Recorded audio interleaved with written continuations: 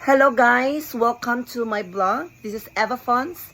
Please don't forget to subscribe and click the notification bell and don't forget to skip my blog and my video. So ngayon is magluluto po ako ngayon ng escabeche. Yan, nagpapainit na po ako ng kaha ngayon. So lagyan natin ng oil. Lagyan natin kasi gagawa po ako ng ng sauce ng escabeche kasi masarap ang may sauce talaga sa escabeche. So ngayon is mag-start na po ako ngayon kung paano magluto ng escabeche. So ito po yung ating mga ingredients. So ito po yung yung pinirito ko. Ko na siya, naprepare ko na siya para lasang-lasa talaga siya.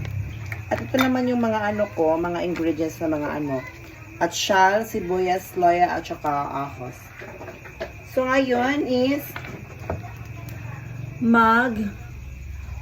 maglalagay na ako ng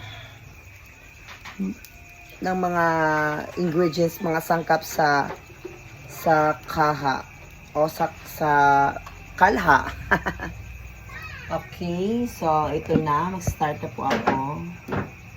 Ay, wait kasi alam mo na, hirap-hirap talaga dito kung paano walang backup. So, ito na. So, ayan na, maglalagay na po ako ng mga okay, ito. Wait. Meng! So, ito na po, mag-start na po ako ito po yung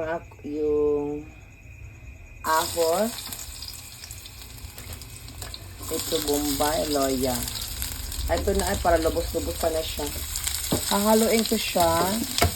Ito yung mga ingredients ko na mga panako para sa pinakbit ko. Yan. Tapos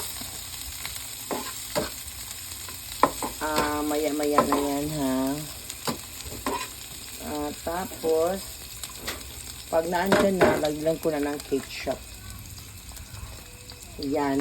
Yan po ang ketchup natin. Inubos ko na ang ketchup para masarap siya. Yan. Yan ang mga sauce natin ngayon for today's video. Yan lang ha, video na ka. Tapos lagyan na natin ng asan ka dito na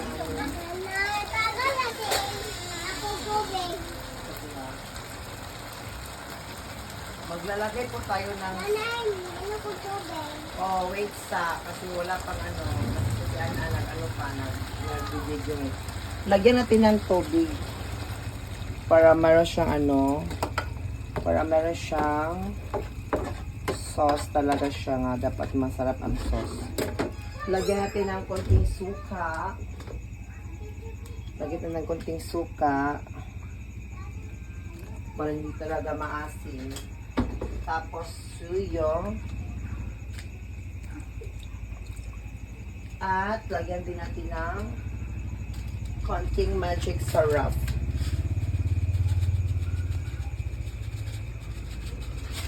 At hindi mawala sa ingredients ko talaga ang ito. Lagyan ng asukal. 3 cup. Tapos lagyan natin ng pepper para mabango naman yung ating sauce. Yan. Yan ang sauce natin.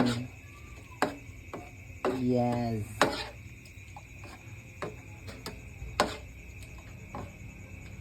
Pakuluin natin yan. Okay? Wait lang ha, mamaya na. Hi guys! Natapos ko na rin na yung escabeche ko. So, excited na ba kayo mga ka-Ivanatics yan sa escabeche ko? So guys, ito na po yung resulta ng escabeche ko. Made by Eva Fonda. Ito na po yung escabeche ko. Tingnan nyo. Sarap na. Wait ha. Ito na. Yan.